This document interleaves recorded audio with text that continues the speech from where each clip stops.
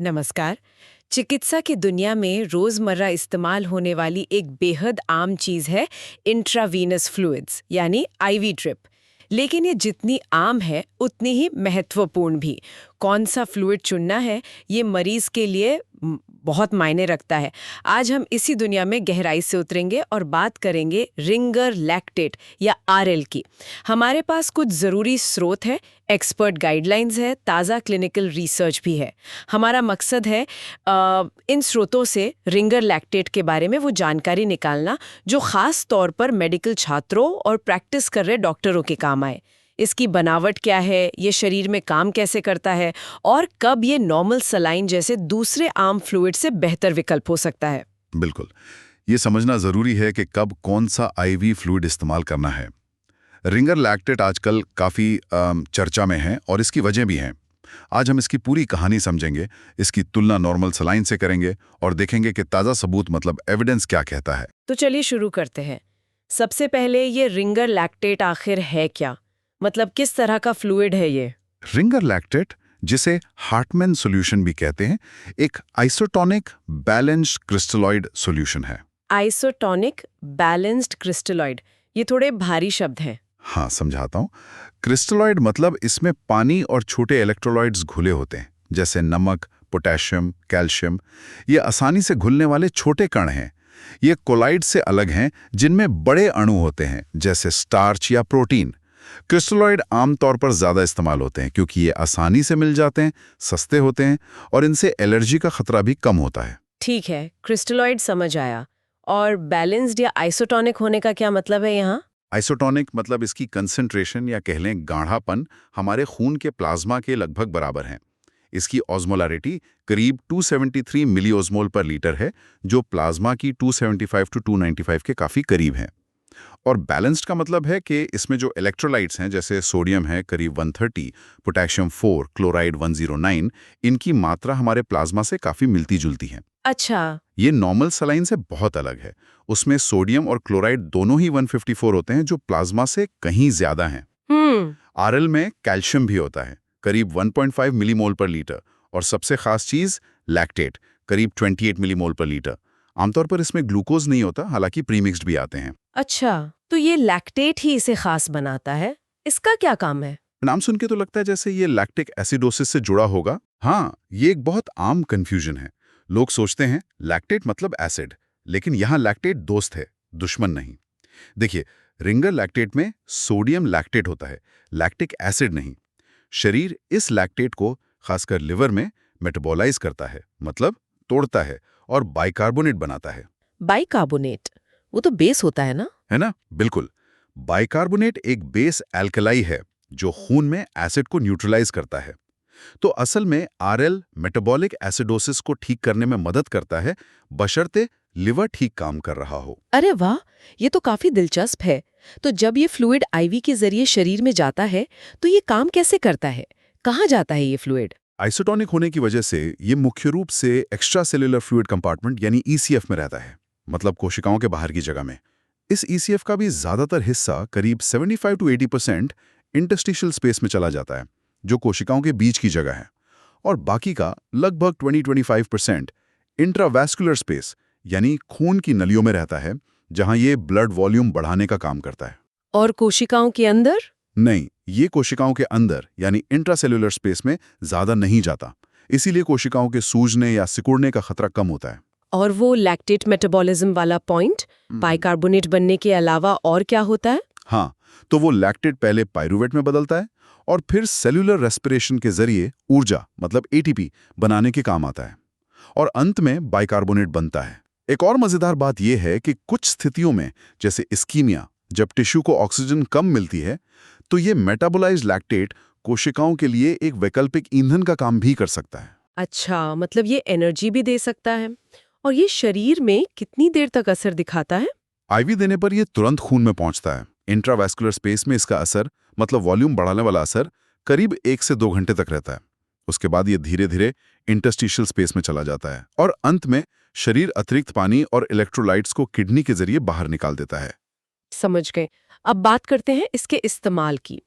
किन क्लिनिकल स्थितियों में रिंगर लैक्टेट देना सबसे सही रहता है? इसका सबसे मुख्य इस्तेमाल है वॉल्यूम रिससिटेशन, यानी जब शरीर में फ्लूइड की गंभीर कमी हो जाए और उसे तेजी से पूरा करना हो। जैसे कि गंभीर डिहाइड्रेशन, मान लीजिए तेज दस्त या उल्टी से बहुत पानी निकल गया हो, या फिर ट्रॉमा या बड़ी सर्जरी जहां खून या बॉडी फ्लूइड का लॉस ज्यादा होता है। एनेस्थीसिया के दौरान भी इसे मेंटेनेंस फ्लूइड की तरह इस्तेमाल करते हैं। और हल्का से मध्यम ब्लड लॉस, अगर 1500 ml से कम है और मरीज का हार्ट और किडनी ठीक है, तो खोए हुए वॉल्यूम का लगभग 3 गुना आरएल देकर वॉल्यूम ठीक किया जा सकता है। सेप्सिस या सेप्टिक शॉक में भी, जहां इन्फेक्शन की वजह से ब्लड प्रेशर बहुत गिर जाता है, ये फर्स्ट लाइन फ्लूइड है। क्या इन मुख्य स्थितियों के अलावा भी कोई खास इस्तेमाल है इसके? हाँ हैं, जैसे स्पाइनल एनेस्थीसिया से पहले इसे देते हैं ताकि बाद में ब्लड प्रेशर गिरने का खतरा कम हो। और IDSA, जो इन्फेक्शियस डिजीज की सोसाइटी है, उनकी गाइडलाइंस भी कहती हैं कि इन्फेक्शन वाले डायरिया में अगर शॉक या गंभीर डिहाइड्रेशन हो तो RL या NS देना चाहिए। लेकिन हल्के डिहाइड्रेशन में? हाँ, ये याद रखना जरूरी है कि हल्के या मध्यम डिहाइड्रेशन में पीने वाला ORS ही सबसे बेहतर और सुरक्षित है। IV की जरूरत तभी पड़ती है जब मरीज पी ना पाए या शॉक में हो। अब आते हैं उस सवाल पर जो शायद सबसे ज्यादा पूछा जाता है, रिंगर लैक्टेट बनाम normal saline, RL vs NS। ये क्लिनिकल प्रैक्टिस का एक बड़ा मुद्दा है ना? बिल्कुल, ये बहुत जरूरी तुलना है और इस पर काफी बहस भी होती है और रिसर्च भी। तो इनमें क्या बुनियादी फर्क है और ये क्यों मायने रखता है? बुनियादी फर्क उनकी बनावट में है। जैसा मैंने पहले कहा, नॉर्मल सलाइन यानी 0.9% NaCl में सोडियम 154 मिलीमोल पर लीटर और क्लोराइड 154 मिलीमोल पर लीटर दोनों ही प्लाज्मा से काफी ज्यादा होते हैं। खासकर क्लोराइड का स्तर 154 प्लाज्मा के लगभग 103 के मुकाबले बहुत ज्यादा है। इसकी ऑस्मोलैरिटी भी थोड़ी ज्यादा है, लगभग 308 मिलीमोल पर लीटर, तो ये हल्का सा हाइपरटोनिक है। जबकि RL प्लाज्मा के ज्यादा करीब है। हाँ, RL इस मामले में ज्यादा फिजियोलॉजिकल या बैलेंस्ड है। तो NS में इस ज्यादा क्लोराइड का क्या असर होता है? क्या ये सिर्फ एक नंबर का फर्क है या इसका कोई क्लिनिकल मतलब है? नहीं, इसका क्लिनिकल मतलब है, खासकर जब NS ज्यादा मात्रा में दिया जाता है। ये अतिरिक्त क्लोराइड लोड किडनी तक पहुंचकर एक खास फीडबैक मैकेनिज्म को एक्टिवेट कर सकता है, जिसे ट्यूबुलोग्लोमेरुलर फीडबैक कहते हैं। इससे होता यह है कि किडनी में खून ले जाने वाली छोटी धमनी एफरेंट आर्टेरियोल वो सिकुड़ सकती है और इससे किडनी की फिल्ट्रेशन क्षमता मतलब GFR कम हो सकती है। अच्छा, मतलब किडनी पर असर पड़ सकता है। हाँ, और दूसरा बड़ा असर यह है कि ज्यादा क्लोराइड शरीर के एसिड बेस बैलेंस को बिगाड़ सकता है। खून में ज्यादा क्लोराइड आने से बाइकार्बोनेट का स्तर कम हो सकता है, जिससे हाइपरक्लोरेमिक मेटाबॉलिक एसिडोसिस हो सकता है, मतलब खून थोड़ा एसिडिक हो जाता है। तो फिर RL के क्या फायदे हुए NS की तुलना में? क्या इसके पक्ष में कोई ठोस सबूत है? सही कहा, RL को इसीलिए बैलेंस्ड कहते हैं क्योंकि वो प्लाज्मा जैसा है। इससे हाइपरक्लोरेमिक एसिडोसिस और किडनी पर पड़ने वाले असर का खतरा कम होता है। और ये सिर्फ थ्योरी नहीं है, हाल में कुछ बहुत बड़े क्लिनिकल ट्रायल्स हुए हैं, जैसे स्मार्ट और सॉल्टेड। हाँ, मैंने सुना है इनके बारे में। हाँ, तो इन स्टडीज ने हजारों मरीजों में, खासकर जो ICU में थे या जिन्हें ज्यादा फ्लूइड की जरूरत थी, उनमें बैलेंस्ड फ्लूइड्स जैसे RL और सलाइन की तुलना की और नतीजे काफी साफ थे। उन्होंने दिखाया कि NS की जगह RL जैसे बैलेंस्ड फ्लूइड्स इस्तेमाल करने से मेजर एडवर्स किडनी इवेंट्स जैसे एक्यूट किडनी इंजरी AKI कम होते हैं। ये वाकई प्रैक्टिस बदलने वाले नतीजे हैं। ये तो बहुत महत्वपूर्ण जानकारी है। तो क्या इसका मतलब ये हुआ कि हमें NS का इस्तेमाल बंद कर देना चाहिए, या ऐसी कोई स्थितियां हैं जहां NS अभी भी RL से बेहतर है? नहीं, ऐसा नहीं है कि NS बिल्कुल बेकार है। इसका इस्तेमाल पूरी तरह बंद नहीं हुआ है और कुछ खास स्थितियों में इसे अभी भी प्राथमिकता दी जाती है, जैसे एक्यूट ब्रेन इंजरी या बढ़ा हुआ इंट्राक्रेनियल प्रेशर ICP। क्यों? इन मामलों में हमें हाइपोटोनिक फ्लूइड से बचना होता है ताकि दिमाग की सूजन सेरिब्रल एडिमा ना बढ़े। क्योंकि NS हल्का सा हाइपोटोनिक है, इसे सैद्धांतिक रूप से RL जो आइसोटोनिक है से थोड़ा बेहतर माना जा सकता है। हालांकि यहाँ ज्यादातर 3% सलाइन जैसे ज्यादा हाइपोटोनिक सोल्यूशन इस्तेमाल होते हैं। एक और उदाहरण है बाइपोलर TURP प्रोसीजर, जो प्रोस्टेट की सर्जरी है। वहाँ NS में ज्यादा सोडियम होने के कारण डाइल्यूशनल हाइपोनेट्रीमिया यानी खून में सोडियम की कमी का जोखिम कम होता है। ठीक है, आजकल RL के अलावा एसीटेट वाले बैलेंस्ड सोल्यूशन की भी बात होती है, जैसे रिंगर एसीटेट या प्लाज्मा लाइट। ये RL से कैसे अलग है? इनमें मुख्य फर्क बफर का है। आरएल में लैक्टेट बफर का काम करता है, इनमें एसीटेट करता है। एसीटेट का मेटाबॉलिज्म ज्यादातर मांसपेशियों और दूसरे टिश्यूज में होता है, ये लिवर पर उतना निर्भर नहीं है। तो ऐसा माना जाता है कि ये एसिडोसिस को शायद लैक्टेट से भी तेजी से ठीक कर सकता है, खासकर उन मरीजों में जिनका लिवर कमजोर है। और कोई फर्क? हाँ, कुछ स्टडीज ये भी कहती हैं कि एसीटेट शुगर मेटाबॉलिज्म पर असर नहीं डालता, जबकि लैक्टेट क्योंकि वो ग्लूकोनियोजेनेसिस में जा सकता है, उससे कभी-कभी शुगर लेवल मतलब हाइपरग्लाइसीमिया बढ़ सकता है। और प्लाज्मा लाइट की एक और खास बात है कि उसमें कैल्शियम नहीं होता। अच्छा, तो उसका क्या फायदा? उसका फायदा ये है कि इसे ब्लड प्रोडक्ट्स के साथ बिना किसी झिझक के एक ही लाइन से दे सकते हैं।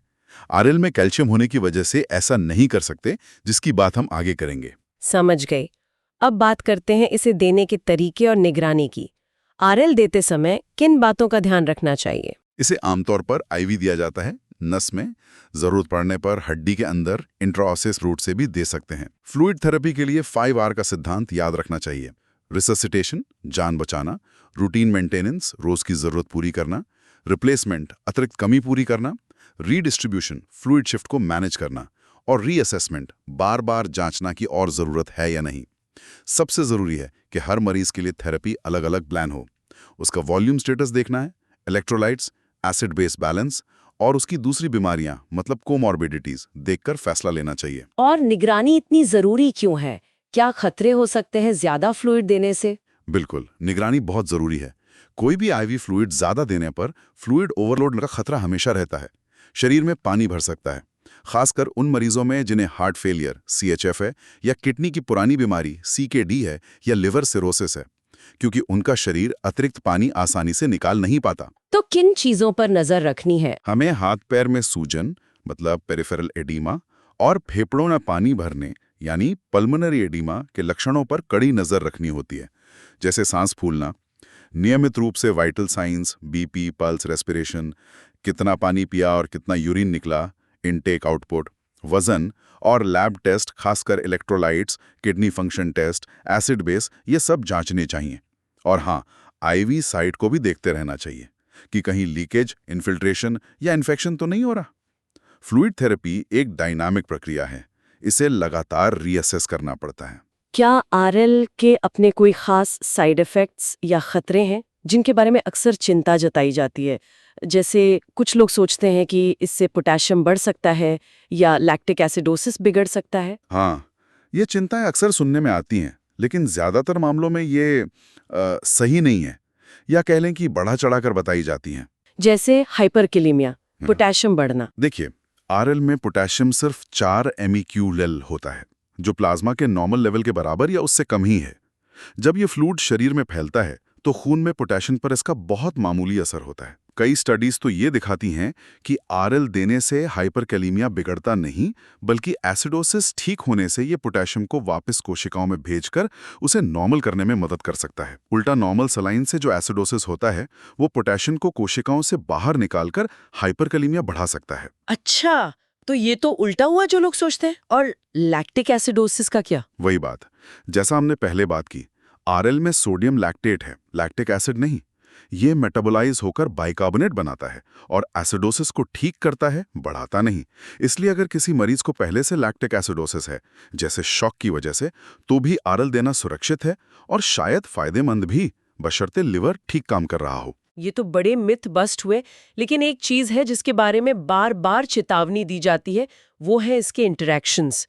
ये कैल्शियम वाली बात क्या है? ये बहुत जरूरी लगती है। हाँ, ये अत्यंत महत्वपूर्ण है और हर मेडिकल छात्र, हर डॉक्टर को ये रटा होना चाहिए। आरएल में कैल्शियम होता है और इसी वजह से ये कुछ चीजों के साथ बिल्कुल मिक्स नहीं किया जा सकता, मतलब इनकम्पैटिबल है। किन चीजों के साथ? सबसे पहले ब्लड प्रोडक्ट्स। आरएल को कभी भी ब्लड या पैक्ड रेड सेल्स PRBCs के साथ एक ही आईवी लाइन में या वाई कनेक्टर से नहीं देना चाहिए। क्यों नहीं? क्योंकि ब्लड में सिट्रेट नाम का एंटीकोएगुलेंट होता है जो खून को जमने से रोकता है। ये सिट्रेट आरएल के कैल्शियम के साथ मिलकर छोटे छोटे क्लॉट या प्रेसिपिटेट बना सकता है। इससे आईवी लाइन ब्लॉक हो सकती है या ये क्लॉट मरीज के शरीर में जा सकते हैं, जो खतरनाक हो सकता है। ओह, ये तो बहुत गंभीर बात है। हाँ, और दूसरा बड़ा इंट्रैक्शन है सिफ्ट्रिएक्सोन के साथ। ये एक बहुत कॉमन एंटीबायोटिक है। आरएल और सेफ्ट्रिएक्सोन को एक साथ आईवी लाइन में देने से खासकर नवजात शिशुओं में फेफड़ों और किडनी में जानलेवा कैल्शियम सेफ्ट्रिएक्सोन प्रेसिपिटेट बन सकता है। ये क्रिस्टल जम सकते हैं। बाप रे। इसीलिए इन्हें कभी भी एक ही लाइन से या एक के बाद एक बिना लाइन को अच्छे से फ्लश किए या मिक्स करके नहीं देना चाहिए। ये बिल्कुल नियम है। इनके अलावा ये सोडियम बाइकार्बोनेट और फेनिटोइन जैसी कुछ और दवाओं के साथ भी कंपैटिबल नहीं है। हमेशा कोई भी दवा आईवी फ्लूइड में मिलाने से पहले उसकी कंपैटिबिलिटी चेक करनी ही चाहिए। ये तो वाकई जानलेवा साबित हो सकता है अगर ध्यान न दिया जाए। क्या ऐसी कोई स्थिति है जिसमें आरएल बिल्कुल नहीं देना चाहिए, मतलब एब्सोल्यूट कॉन्ट्राइंडिकेशन? कोई एब्सोल्यूट कॉन्ट्राइंडिकेशन नहीं है, मतलब ऐसी कोई स्थिति नहीं जिसमें ये जहर बन जाए। लेकिन हाँ, कुछ मामलों में बहुत सावधानी बरतनी चाहिए, जैसे गंभीर लिवर फेलियर में, क्योंकि लैक्टेट का मेटाबॉलिज्म मुख्य रूप से लिवर में होता है। तो अगर लिवर काम नहीं कर रहा तो लैक्टेट जमा हो सकता है और बाइकार्बोनेट नहीं बन पाएगा। ऐसे में एसीटेट वाले सोल्यूशन या एनएस बेहतर हो सकते हैं। इसी तरह गंभीर किडनी फेलियर में या अगर पोटेशियम पहले से बहुत ज़्यादा है, सीवियर हाइपरकैलेमिया, तो कुछ डॉक्टर सावधानी बरतते हैं। हालांकि जैसा हमने कहा, आरएल से पोटेशियम बिगड़ने का डर वास्तव में कम है। और ब्रेन इंजरी? हाँ, ब्रेन इंजरी में भी जैसा पहले बताया, दिमाग में सूजन के खतरे के कारण एनएस या हाइपरटोनिक सलाइन को प्राथमिकता दी जाती है, आरएल को नहीं। बहुत दुर्लभ मामलों में इससे एलर्जिक रिएक्शन, एनाफिलैक्सिस भी हो सकता है। और किन मरीज समूहों में इसे देते समय खास ध्यान रखना चाहिए? कुछ मरीज ग्रुप्स हैं जिनमें फ्लूइड थेरेपी ज्यादा ध्यान से, मतलब ज्यादा निगरानी के साथ देनी पड़ती है। हार्ट फेलियर, सीएचएफ, इनमें फ्लूइड ओवरलोड का खतरा बहुत ज्यादा होता है। कम मात्रा में धीरे धीरे दें और फेफड़ों को बार बार सुने कि कहीं पानी तो नहीं भर रहा। क्रॉनिक किडनी डिजीज, सीकेडी, ये अतिरिक्त फ्लूइड और इलेक्ट्रोलाइट्स निकाल नहीं पाते। वॉल्यूम और इलेक्ट्रोलाइट्स की कड़ी निगरानी जरूरी है। सिरोसिस, इनमें पेट में पानी, एसाइटीज और खून में सोडियम की कमी, हाइपोनेट्रीमिया का खतरा रहता है। फ्लूइड सीमित रखना पड़ता है। ब्रेन इंजरी, जैसा कहा, दिमाग में सूजन के खतरे के कारण आइसोटोनिक फ्लूइड जैसे आरएल से बचते हैं, खासकर शुरू में। इसे स्टोर कैसे करते हैं? कोई खास तापमान? कमरे के तापमान पर ठीक रहता है, बस 25 डिग्री सेंटीग्रेड से नीचे रखना चाहिए। फ्रीज नहीं करना है। और हाँ, देने से पहले बैग या बोतल को देख लें कि सोल्यूशन साफ है, कोई कण या रंगत में बदलाव तो नहीं है। चलिए तो इस पूरी चर्चा का सार निकालते हैं। रिंगर लैक्टेट एक बैलेंस्ड आइसोटोनिक क्रिस्टलॉइड है जो शरीर के प्लाज्मा से काफी मिलता जुलता है। इसका लैक्टेट बफर एसिडोसिस को ठीक करने में मदद करता है, न कि बढ़ाता है। कई स्थितियों में, खासकर वॉल्यूम रिससिटेशन के लिए, ये नॉर्मल सलाइन से बेहतर विकल्प हो सकता है, क्योंकि ये हाइपरक्लोरेमिक एसिडोसिस और किडनी पर बुरे असर का खतरा कम करता है, जैसा कि बड़े ट्रायल्स ने भी दिखाया है। बिल्कुल। और जो सबसे जरूरी सबक है, जो टेक होम मैसेज है खासकर मेडिकल छात्रों और युवा डॉक्टर्स के लिए, वो है इसकी कैल्शियम वाली इनकम्पैटिबिलिटी। ब्लड प्रोडक्ट्स और सेफ्ट्रिएक्सोन के साथ इसे कभी ना मिलाएं। ये मरीज की सुरक्षा का बुनियादी नियम है। हमेशा याद रखें, सही फ्लूइड का चुनाव मरीज की व्यक्तिगत जरूरत और क्लिनिकल स्थिति पर निर्भर करता है। कोई एक फ्लूइड हर स्थिति के लिए परफेक्ट नहीं होता, हमें सोच समझकर चुनना है। सही कहा। जानकारीपूर्ण, सोच समझकर लिया गया फैसला ही सुरक्षित और प्रभावी इलाज की नींव है। और अंत में हमारे सुनने वालों के लिए एक सवाल छूट जाते हैं। जिस तरह बैलेंस सॉल्यूशन जैसे रिंगर लैक्टेट के पक्ष में सबूत बढ़ रहे हैं, क्या हमें अस्पतालों में बड़ी मात्रा में नॉर्मल सलाइन के डिफॉल्ट, मतलब बिना सोचे समझे इस्तेमाल पर फिर से सोचने की जरूरत है? और अगर हाँ, तो वो कौन सी गिनी चुनी स्थितियां हैं जहां एनएस अभी भी वाकई जरूरी या बेहतर है? इस पर विचार जरूर कीजिएगा। अगली बार मिलेंगे एक और विषय की गहराई में उतरने के लिए। धन्यवाद।